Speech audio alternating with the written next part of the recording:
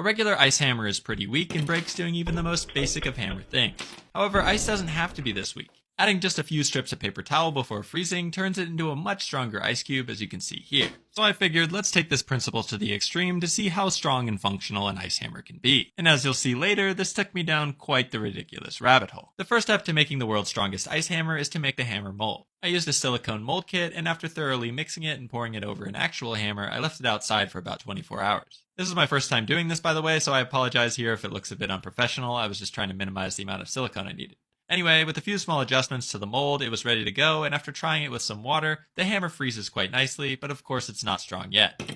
Paper towels aren't the only thing you can add to ice to make it stronger, it's just the classic one. So I wanted to do some testing to determine the best material to add and thought of 8 possible options. For the first sample, I decided to go with string. I don't actually think this will do that well, but this whole process reminds me of adding rebar to concrete, so I'm just really curious if something long, slender, and good intention will help at all. Next, I had some leftover pillow stuffing called oomph that's kind of foamy but also has strands of cotton. For the third one, I got a bit experimental and grabbed some sawdust. It doesn't really have any long strands, which might be critical, but it does absorb water, so I was curious. Next, I got basically another version of sawdust. These have larger pieces that also absorb water, so I figured maybe they could interlock or something. Next are these cotton balls, which should do pretty well, but I'm not sure if the ball shape will mess things up. Next, I went for a slightly more rigid option that also absorbs, which is this sponge. Next, I'll of course have to try out the paper strips just for comparison, and maybe they'll do the best after all. And finally, the stringiest of string things, asparagus. I boiled this leftover asparagus I had and then shredded it a bit with forks before adding it. With these 8 samples prepped, I just had to add water and fill with more material to make sure it was full, and then I placed them in the freezer overnight so that the next morning I'd be ready for strength testing.